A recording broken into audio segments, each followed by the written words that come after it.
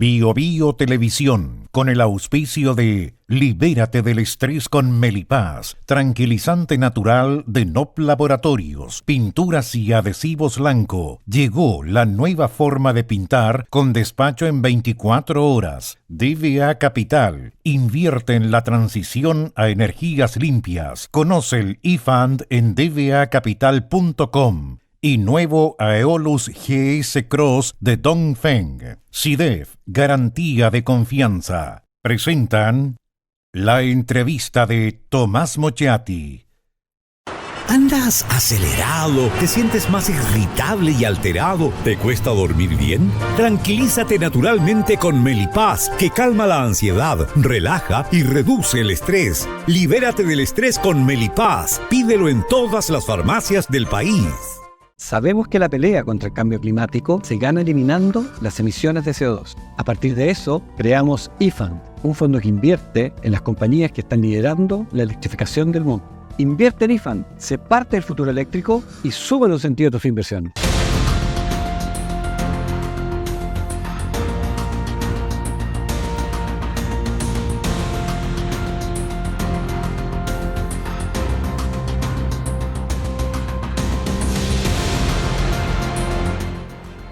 Vamos a hablar de mercados, de colusión, o sea, de aquellas actitudes, conductas que atentan contra los mercados. Vamos a hablar de permisología, esas palabras que de repente en Chile se hacen como famosas.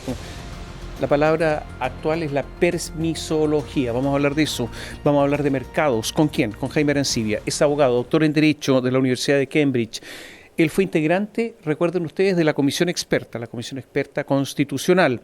Fue presidente de la Asociación Chilena de Derecho Administrativo hasta el 2020. Director del Departamento de Derecho Público de la Universidad de los Andes. Gracias por estar con nosotros. Encantado, Tomás. ¿Cómo, después de todo lo que ha pasado, de todo lo que ha ocurrido, de la pérdida de valor de las marcas, de algunas marcas de empresas, que es muy importante, el valor reputacional, un par de señores, jefes de empresas importantes, empresas extranjeras, una es norteamericana, la otra tiene sede en Irlanda, se reúnen en un café, el Café Tabelli, se llaman antes, uno le dice a otro juntémonos, 8:30 de la mañana, porque son personas que se levantan temprano a trabajar, pero también a coludirse. Y el 11 de noviembre del 2019, tanto Indura como Lindgas comienzan un trato colusivo. Más allá de entrar en los detalles, ¿qué pasa con empresarios chilenos o ejecutivos chilenos de empresas transnacionales que son enormes, para que después de todo lo que ha ocurrido caigan en lo mismo? O sea, se transformen en unos virtuales delincuentes. ¿Qué pasa en la cabeza de esta gente? Uh-huh. Difícil saberlo. Desde luego que ese es me parece que todavía por responsabilidad hay que ponerse en el escenario hipotético de que eso fue así. Porque eventuales delincuentes, posibles delincuentes. Efectivamente. Pero para la Fiscalía Nacional Económica, ¿qué son? Delincuentes. Para la Fiscalía Nacional Económica, efectivamente, son responsables de un ilícito de colusión. En el relato, y ahora estamos a la espera de lo que determine para tal efecto el Tribunal de Defensa de la Libre Competencia. Ahora... Perdón, una empresa es irlandesa, tiene sede en Irlanda, no es Escocia, Irlanda, eso es. Sí. Normalmente en la experiencia y en la literatura, lo que normalmente ocurre en casos de colusión en general es que están dados todos los incentivos en un mercado determinado para que los gerentes, que normalmente tienen bonos por productividad, logren acuerdos y se coludan precisamente para beneficiar no solamente a su empresa, sino que también sus bolsillos personales, considerando también que no existe la disuasión penal en algunos casos, como fue en Chile hasta hace poco, y ahora tendría que ser más difícil hacerlo, no digo que imposible. A ver, pero habría que eliminar los bonos, habría que eliminar los incentivos. A mí no me gustan los bonos, a mí, porque yo creo que uno trabaja por el sueldo, pero no tiene por qué andarle pagando bonos para trabajar más. Uno trabaja todo lo que puede por lo que le pagan. Pero el mundo está hecho de bonos. No tengo idea por qué. ¿Habría que eliminar los bonos? Cada mercado tiene sus riesgos. Si recordamos la crisis subprime, gran parte de esa crisis, que naturalmente tuvo efectos desastrosos en la economía estadounidense, fue precisamente porque aquellos que se dedicaron a decir que los subproductos financieros no tenían el riesgo que realmente tenían, obedecía necesariamente a que esos mayores ingresos se traducían en bonos. Por lo tanto, el bono en sí mismo no es una herramienta mala, pero dependiendo de las circunstancias se puede transformar en un incentivo perverso que puede terminar seduciendo a cualquier persona para efectos de cometer ilícitos y lograr mayores ingresos. Y pero mira, estas dos son empresas enormes, ¿eh? Son empresas transnacionales, empresas mundiales, Sí. están en distintos mercados, en conjunto, al año tienen un volumen de negocio de 45.000 millones de dólares. Es una cifra gigantesca. Es la mitad del presupuesto de Chile, completo. Solo dos empresas de todo el país. Tienen medidas, me imagino que tienen medidas de prevención, compliance. Exactamente, tienen de todo. ¿Qué pasa? Sí.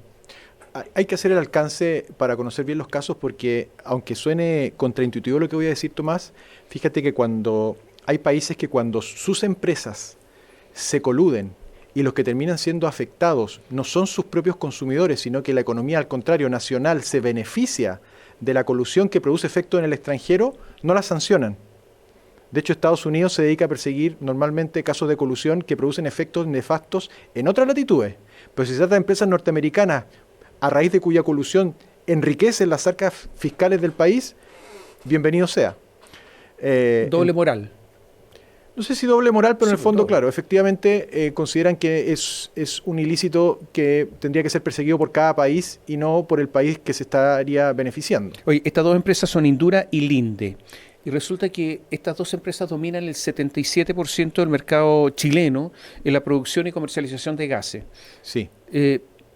Ya aquí, 77% entre dos, ya aquí hay una concentración sospechosa, ¿no? Sí.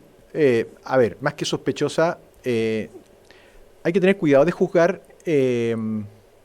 los mercados simplemente por el alto nivel de concentración. Ahora, con un elevado nivel de concentración, efectivamente, el riesgo de coludirse es mayor y por lo tanto las precauciones que tienen que tomar, sobre todo si estamos hablando de un mercado relevante de esos dos actores, sin sustitutos, la verdad es que tendrían que ser particularmente cuidadosos en no reunirse ni tener ningún tipo de intercambio que pueda dar lugar para sospechas. Lo que me llama la atención de este caso además es que hoy en día normalmente las colusiones son cada vez más difíciles de detectar porque ya estamos como en la etapa de las colusiones 4.0 que normalmente son detectables a través de algoritmos. En cambio, si realmente es cierto lo que alega la Fiscalía Nacional Económica de que se juntaban, en el fondo estamos con un modelo de colusión casi noventero que llama la atención para estas épocas en que naturalmente está todo el riesgo de ser descubiertos. Oye, sobre todo con el incentivo de la delación compensada. No sé si se juntaron. Uno llamó el 4 de noviembre, dijo, oye, ¿y si nos juntamos en unos días más? 4 o 5 de noviembre del 2019. Y el 11 de noviembre se juntaron en el Tabeli. Y ahí comenzó todo esto. Se reunieron. Entonces, claro que es noventero. Ahora, son un poco torpes estos tipos, porque en Chile resulta que pudieron allanar sus casas, les incautaron las cosas, lo estaban escuchando por teléfono. Está bien. Pero resulta que había habido entre estas mismas empresas que pertenecían a otros dueños, ¿verdad? Hace 20 años una investigación que no llegó a puerto por falta de pruebas, pero había muchos antecedentes. Y parece que se confiaron en lo mismo. Lo que señala me permite decir lo siguiente. Fíjate que hasta que aparece el incentivo a la delación compensada en Chile, no era posible casi acreditar casos de colusión. Y una vez que se introduce este mecanismo, aumenta sustantivamente las colusiones que logran ser probadas. Y por eso que hay que tener mucho cuidado de decir, oye, antes la gente no se coludía y ahora sí. No, seguramente antes incluso se podrían haber coludido más, pero no existían mecanismos probatorios para acreditarlo. Y en ese sentido, desde la introducción de la delación, el incentivo para efectos de disuadir estas conductas ha sido mayor. Ahora, todos sabemos que cuando se produce la investigación y el allanamiento y saben que los están investigando, hay como una carrera rápida. Los 100 metros para ver el primero que llega a la Fiscalía Nacional Económica para decir yo quiero hablar para salvarse. Correcto. ¿Eso es así? Correcto. Son como carreras olímpicas. Efectivamente. El que llega primero obtiene el beneficio total de la exención de multa. Si es persona natural incluso podría quedar exento de responsabilidad penal. Pero ese es el mejor modo que uno tiene de deshacer un concierto ilícito. en esta materia. Algunos tienen reparos incluso de que se trata como de un incentivo inmoral, pero la verdad es que con mecanismos de delación y con penas de cárcel, en la práctica está demostrado que son los mejores disuasivos para evitar este tipo de conductas. Ahora, algo que me llama la atención del requerimiento es que históricamente, al menos en los últimos 10 años, los requerimientos de la Fiscalía solamente apuntaban a personas jurídicas. En cambio, ahora en este requerimiento se menciona también o se dirige en contra de personas naturales. Con lo cual, no me extrañaría que a lo mejor están pensando en algún momento en ejercer la acción penal. Acción penal que nunca ha sido ejercida en la historia de Chile porque se introdujo hace poco el delito de colusión y naturalmente ya para algunos a lo mejor puede ser insuficiente simplemente estar sancionando económicamente. A ver, hay una ley de delitos económicos que comenzó a regir hace poco. Sí, un par de años. Pero yo no sé si esa ley es aplicable a este caso o no. Me da la impresión que el acto colusorio es anterior, ¿eh? Lo que pasa es que si el acto colusorio, claro, habría que ver cuándo, o sea, no estamos hablando de la ley de delitos económicos, estamos hablando de la ley que introduce la pena al delito de colusión en el decreto de ley 211, que ese es del 2018. Exactamente, ya, eso es otra cosa. Claro. Porque la ley de delito económico establece penas altísimas, además. Sí, correcto, pero la colusión en sí misma no está penada en esa ley, sino que está en el decreto de ley 211. El que llegó tarde, porque parece que aquí en la carrera llegó uno tarde, entonces no pudo hablar. Sí. ¿Podría irse a la cárcel o no? Si obtiene el beneficio de la delación, no. El que no obtuvo el permiso, Marcelo Torres. Marcelo Torres de Indura no dijo nada, pues. Llegaron los otros. En una de esas, si quería ir, llegó tarde, entonces no. ¿Ese podría ir a la cárcel, Marcelo Torres, no? Eventualmente, si el fiscal nacional económico ejerce la acción penal luego de la sentencia condenatoria del TLC, podría iniciarse una acción penal y un proceso penal que podría terminar. ¿Habría que ejercer la acción penal?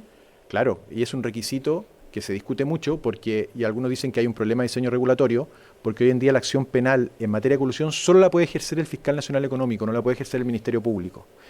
Y solo ante el evento de una sentencia condenatoria del Tribunal de Defensa de la Libre Competencia. Por lo tanto, el que tendría que ejercer la acción penal es el fiscal nacional económico. Ahora, esta gente, estos ejecutivos, unos chilenos, los otros brasileños, se asignaron zonas o cuotas de mercado. Sí. Y dijeron, mira, se reunieron y dijeron, mira, tú tienes tales clientes, no te los toco. Tú tienes esto otro, el que tiene mantiene. Sí. Como en la política, el que tiene mantiene. Aplicaron el asunto de los políticos en esto, ¿no es cierto? Eso fue. Efectivamente, una fórmula de colusión es la distribución de cuotas. Otra es el acuerdo de precios. Ahora, pasaron cosas que son, a mi juicio, impresionantes. A ver, ¿a quién engañaron? Antofagasta Minerals, según la Fiscalía Nacional Económica, ponen algunos ejemplos. El grupo Luxic, ¿no es cierto? Y resulta que se licitó una compra de gases industriales en algunos yacimientos mineros, Centinela, Antucoya, Saldívar, etcétera, y Pelambre. Entonces dijeron, oye, tú acá y yo acá, tú acá. Y resulta que en algún caso una de las empresas que es Indra presentó una oferta de 50% más bajo que lo ofrecido por Linde y dije, no, pues, si esto nos corresponde a nosotros, te estás ganando, y se retiraron de inmediato. Sí. ¿Qué es lo curioso que yo veo acá? Curioso en el sentido de anecdótico. Sí.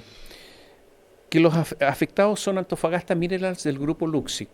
El grupo Luxic en algún momento también fue sancionado porque es dueño de la compañía sudamericana de vapores. O sea, la víctima en algún momento fue victimario. Yo no sería... porque fue sancionado por lo otro. Aquí es víctima según la Fiscalía Nacional Económica. El mismo grupo económico estoy hablando, no la misma empresa. Sí, pero yo haría introduciría un pequeño matiz más. Yo no sé si la sanción a Sudamericana de Vapores, por el caso Navieras, se produce por hechos cometidos por esa empresa cuando era de propiedad de los Luxic. Tengo la impresión de que a lo mejor es anterior. Claro. Puede ser. Te doy el punto. Oye, y lo otro, vamos a hacer un pequeño alto, voy a dejar la pregunta planteada. Este acto colusorio fue en 2019, 11 de noviembre del 2019. Ahí comienza esto, ahí se produce el inicio del acuerdo. Después del estallido. Que esta gente no estábamos con ley penal. Estamos con ley penal, pero sí. Esta gente no se da cuenta de todo lo que está pasando en el país.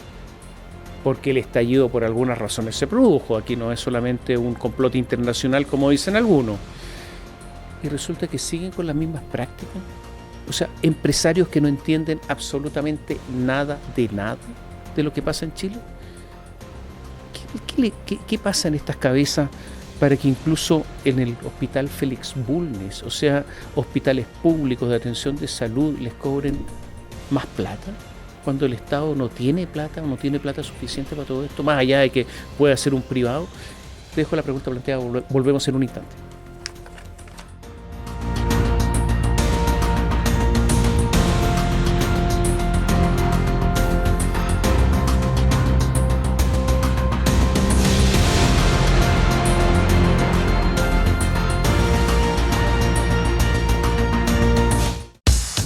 Bio Bio TV, canal 26.1 de la televisión abierta en la región metropolitana. ¿Andas acelerado? ¿Te sientes más irritable y alterado? ¿Te cuesta dormir bien? Tranquilízate naturalmente con Melipaz, que calma la ansiedad, relaja y reduce el estrés. Libérate del estrés con Melipaz. Pídelo en todas las farmacias del país. Sabemos que la pelea contra el cambio climático se gana eliminando las emisiones de CO2. A partir de eso, creamos IFAND, un fondo que invierte en las compañías que están liderando la electrificación del mundo. Invierte en IFAND, sé parte del futuro eléctrico y sube los sentidos de tus inversiones.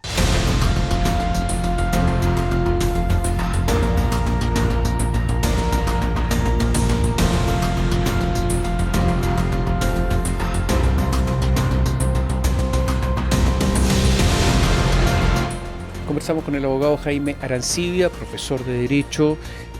La pregunta que yo planteaba, ¿cómo es posible que después de todo lo que ha pasado en Chile, normas sobre colusión que se han endurecido, muchos actos de colusión que han sido sancionados, estallido social y siguen coludiéndose? Sí. ¿Qué pasa acá?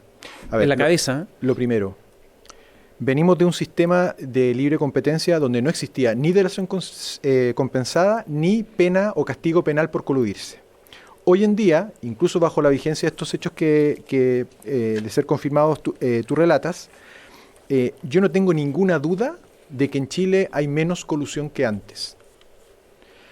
Lo que no significa decir, porque esto no pasa en ningún país del mundo, que por el hecho de existir estos disuasivos van a dejar de haber colusiones. Siempre podrían haber el riesgo de colusiones y van a ocurrir colusiones. Ahora, de ser confirmados estos hechos judicialmente, ¿qué es lo que pasa por la mente? Naturalmente, yo creo que esto forma parte de la crisis ética y moral que se vive en muchos entornos de carácter empresarial o político y que, desde luego, me parece que no hay que generalizar, porque podría ser injusto para muchos que honradamente sacan adelante sus empresas o sacan adelante sus emprendimientos políticos, pero que no es de extrañarse, porque en el fondo van a seguir ocurriendo cada vez que existan los incentivos para hacerlo. Ahora, lo importante, más que ocurra, es que la institucionalidad reaccione y sea capaz de castigarlo. Hay un WhatsApp entre los dos ejecutivos del INDE, Novelli y Lori, donde dicen, mira, en Perú ocurre que sancionaron a Praxair por coordinar su actor competitivo con otras empresas, indicando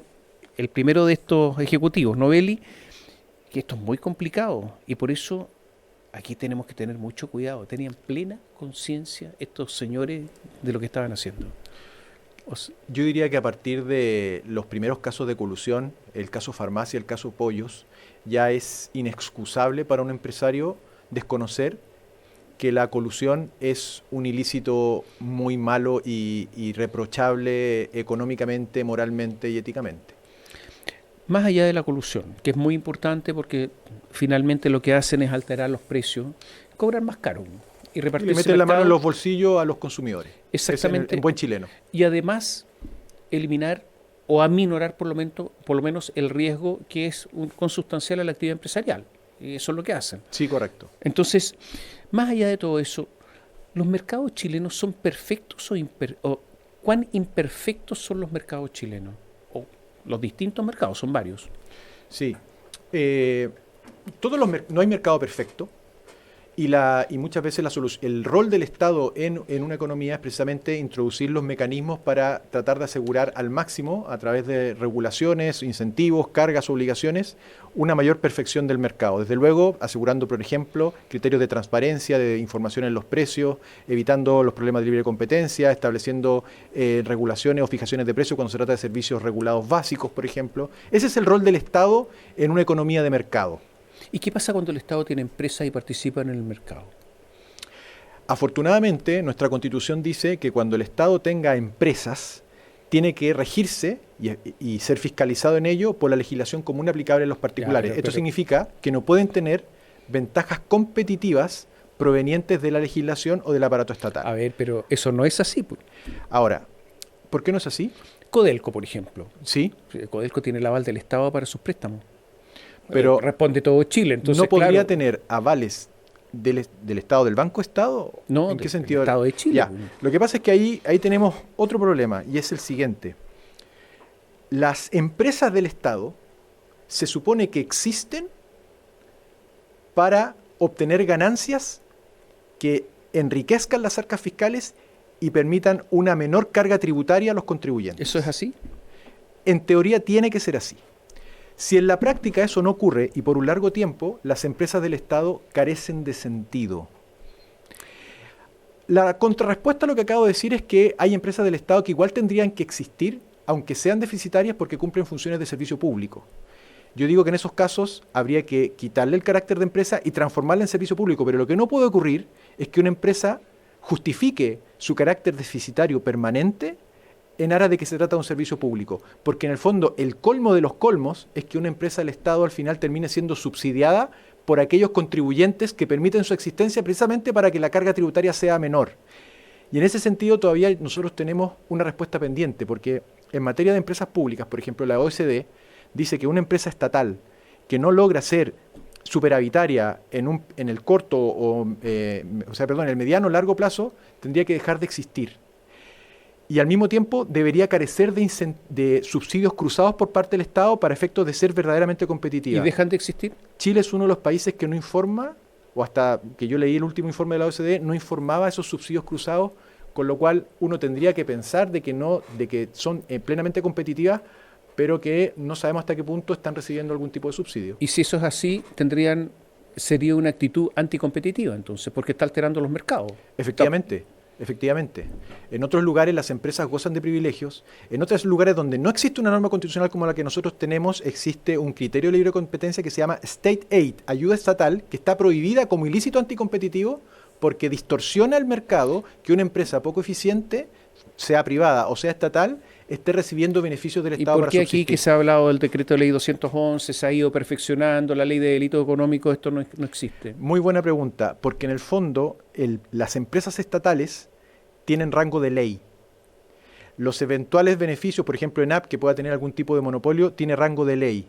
El mismo rango de ley que tiene la legislación de libre competencia. Por lo tanto, la legislación de libre competencia no puede anular, que está en una ley, no puede anular aquellas leyes de empresas estatales que puedan tener ese tipo de ilícito. A lo más lo que podría hacer el fiscal o el Tribunal de Libre Competencia es promover cambios normativos. Pero no podría declararse, por ejemplo, inconstitucional una ley por atentar en contra de la libre competencia, porque la libre competencia no es un valor constitucional. Perdón, la comisión experta lo introdujo. Es una de las cosas que yo lamento del rechazo del texto anterior, porque lo que permitía precisamente era controlar constitucionalmente aquellas leyes anticompetitivas en materia de empresas del Estado. Oye, cambio de tema, la permisología. Se está hablando un montón. Este es un vocablo que se empieza a introducir en Chile en el sentido de que se hace muy popular, diciendo que en Chile los permisos son tan difíciles de obtener que al final hay una traba en la economía chilena. ¿Eso es verdad? ¿O simplemente son las personas que quieren liberar los mercados, aminorar las normas, por ejemplo, sobre medio ambiente, para que haya más mano libre, más chipe libre? Sí, a mi juicio es verdad, porque entiendo que existe un consenso transversal en que eso es así. Hace poco, en mayo del 2024, el Centro de Estudios Públicos, aprovecho aquí de hacerle propaganda al trabajo de nuestro común conocido José Francisco García, que me lo envió, hizo un estudio sobre el proyecto de ley de permisología y cita al efecto a la Comisión Marfan, que yo diría que es bastante transversal. Y la Comisión Marfan destacó recientemente que una reducción de 1/3, y es interesante esta cifra, de 1/3 en el plazo de tramitación de los permisos administrativos, implicaría un aumento del PIB del 2,4% en 10 años, con una mayor recaudación anual promedio del 0,32% del PIB en ese periodo. Con lo cual uno se da cuenta que en el fondo basta con que reduzcamos 1/3 los permisos y el aumento en la economía en el largo plazo es sustantivo. ¿Piensas tú que ahora las autorizaciones en aquellos permisos más relevantes que en el proyecto de ley de permisología identifica como 63 tipos de permisos, están en un 300% atrasados en relación con el tiempo que tendrían que ser emitidos? ¿Cuánto? 300%. Oye, para aclarar las cosas, Manuel Marfán es un economista que es de izquierda, el que le da el nombre a la comisión, para dejar en claro el asunto. Efectivamente. O sea, por eso digo que en el fondo no tengo ninguna duda de que estamos enfrentando un problema serio en materia de... ¿Por qué no opera el silencio administrativo? ¿Cuál es la razón? Sí. No hay ninguna razón legal. O el problema no es ese, sino el problema es que todo se judicializa. No, claro. Lo que pasa es que algunos casos el problema es por judicialización. Otros es porque normalmente las autorizaciones lo que hacen es calificar que un sujeto no posee riesgo. Y la verdad es que el silencio administrativo es un instrumento demasiado rudimentario para declarar que alguien no posee riesgo. O sea, uno no podría obtener una resolución de calificación ambiental, por ejemplo, simplemente porque la administración no dijo nada dentro de plazo. Ahora, eso no significa, y esa es una de las críticas que este texto del CEP y que yo comparto le hace al proyecto de permisología, que en el fondo lo único que hizo fue reducir los permisos, en circunstancia que la vanguardia europea hoy en día dice hay una serie de actividades donde ya no es necesario un permiso previo para hacerla, sino que basta con declaraciones juradas o con control posterior, de modo tal que cuando ciertas actividades tú simplemente dices hágala, pero infórmeme, y no las tienes retenidas so pena de hasta que obtenga la autorización, produce un mayor estancamiento. ¿Hay sanción a los funcionarios públicos que no cumplen con los plazos? La Contraloría General de la República y la Corte Suprema dicen que los plazos en materia administrativa no son fatales, pero cuyo incumplimiento podría significar la responsabilidad administrativa del funcionario. ¿Y hay responsabilidad? ¿Se ejerce la responsabilidad administrativa? En algunos casos la Contraloría lo que ha hecho es que pone a disposición los antecedentes enormes de la autoridad que estuvo a cargo para que haga efectiva la responsabilidad del caso, pero así casos bullados por atraso en el cumplimiento de los plazos yo no conozco. O sea, los plazos fatales son más bien para los particulares y no para el Estado. Efectivamente. ¿Y por qué? La verdad es que ahí hay una discusión doctrinaria. La jurisprudencia por ahora ha dicho que son fatales. Hay algunos autores, Alejandro Vergara, quien habla, que sostienen que tienen que ser fatales también para la administración. Y en su momento, en la tercera sala de la Corte Suprema, el ministro Sergio Muñoz empezó a decir que eran fatales y algunas veces ha logrado convencer al resto de la sala y otras veces no. Ahora, los argumentos de texto para sostener que son fatales están incluso en la historia de la ley. Cuando uno mira la historia de la ley 19.880, que es la ley de procedimiento administrativo, la historia de la ley existe precisamente para establecer la fatalidad de los plazos, que da constancia en actas. Ahora, ¿cómo van a ser fatales los plazos para la administración pública si ni siquiera para los tribunales son fatales? Porque están regidos por un código distinto. No, lo que te quiero decir es que no hay una actitud, no hay una conciencia de la fatalidad de los plazos.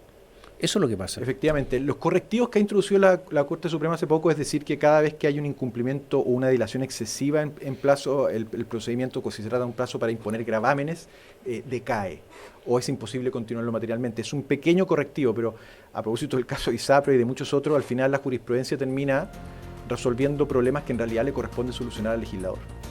¿Hay alguna posibilidad de que la permisología se termine o no? No.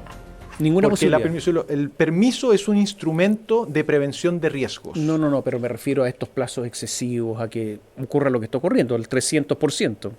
Claro, bueno, vamos a ver cómo le va a la tramitación del proyecto de ley que está presente en el Congreso, aunque es un avance tímido en relación con la magnitud del problema que tenemos. Ya, o sea, no se va a solucionar. No del todo. Si es que no se hacen cargo de otras observaciones, algunas de estas están propuestas. ¿En qué porcentaje se solucionaría si se aprueba ese proyecto? Así, abuelo, como primera mirada.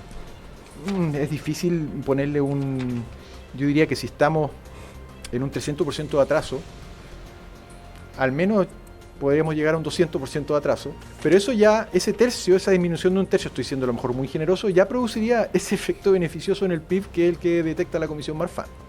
Ya, pero que seguiríamos con un 200% de atraso. Desde luego. Pero bueno, no quiero ser tan pesimista, vamos avanzando de a poco. Gracias por estar con nosotros. Muchas gracias. Encantado. Y a ustedes, muchas gracias. Gracias por seguirnos.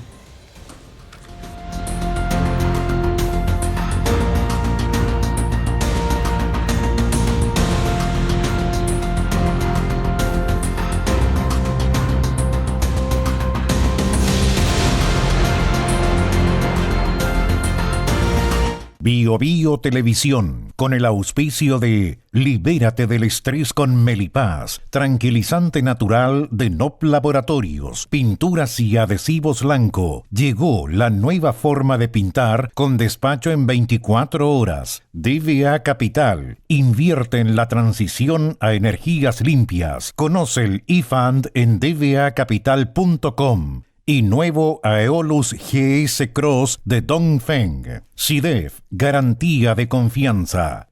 Presentaron la entrevista de Tomás Mochiati. ¿Andas acelerado? ¿Te sientes más irritable y alterado? ¿Te cuesta dormir bien? Tranquilízate naturalmente con Melipaz, que calma la ansiedad, relaja y reduce el estrés. Libérate del estrés con Melipaz. Pídelo en todas las farmacias del país. Sabemos que la pelea contra el cambio climático se gana eliminando las emisiones de CO2. A partir de eso, creamos eFund, un fondo que invierte en las compañías que están liderando la electrificación del mundo. Invierte en eFund, sé parte del futuro eléctrico y sube los sentidos de tu inversión.